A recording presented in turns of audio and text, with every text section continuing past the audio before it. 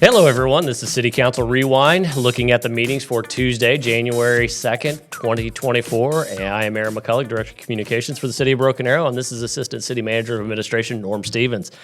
Mr. Stevens, thanks for joining us again for the Rewind. This is right in your wheelhouse as a former Economic Development Manager for the city. We're talking about TIF districts. There was a public hearing during Tuesday night's meeting about TIF number 5, this proposed district that's going to come into the city. First and foremost, what is a TIF? What does TIF stand for? What does it mean to me?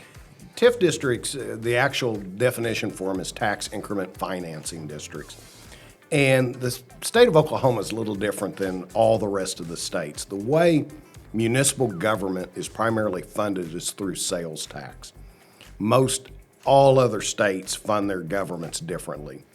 Makes it difficult. And one of the tools that is available for cities to use or municipalities to use, or even counties, is a TIF. And what it does is it goes in, it establishes an area that, if not for the TIF, wouldn't develop.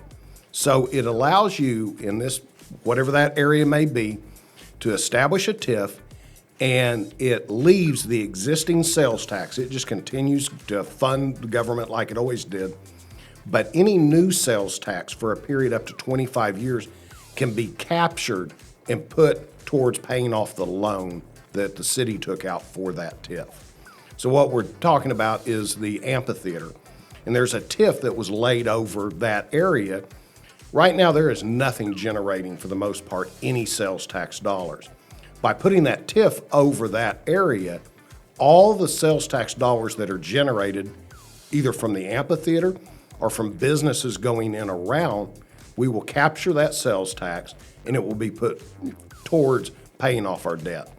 And our debt, what is the debt? Is that the public improvements that we've agreed to? The improvements that we're doing is to pay for the infrastructure around the amphitheater. Okay, so we're looking at roads and sanitary sewer, probably some water, different things like that, I would imagine. Absolutely, absolutely. So as far as this border is concerned, because you talked about there's not a lot out there. This amphitheater, we've heard a lot about how it's going to possibly be the catalyst for more development. So I would imagine that the TIF district is probably we've probably created the boundaries to where we project some new development is going to come into play. Is that kind of the strategy that goes into play when it comes to establishing a TIF? That's a great question, Aaron. And it is. There will be restaurants that come around that. There will be hotels that will come around.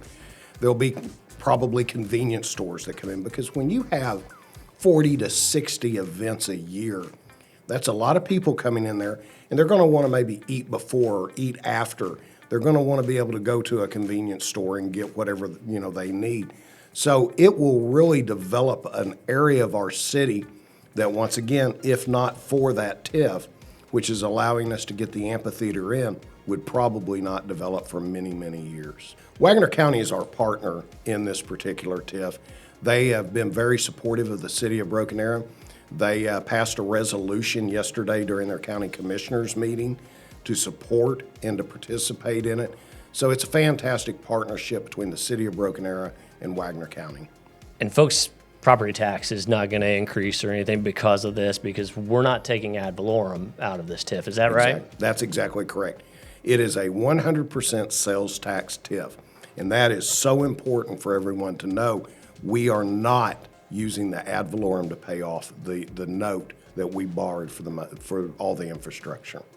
So when it comes to creating a TIF, I understand a TIF, there are 2 hearings that need to take place. The first one was Tuesday night, January 2nd. When is the second hearing? It is at the next council meeting, which is the 16th? 16th. Yep, 16th right. of January, and it will be the second public hearing. If someone wants to speak at that point, they can.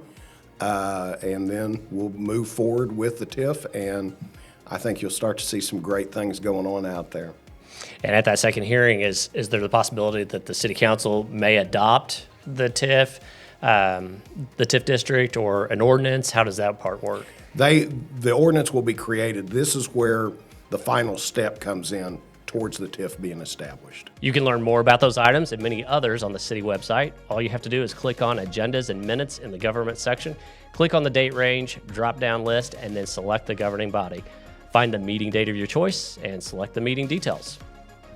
That's it, folks. We'll see you next time on City Council Rewind. Thank you for watching. This is a production of the City of Broken Arrow, the city where opportunity lives.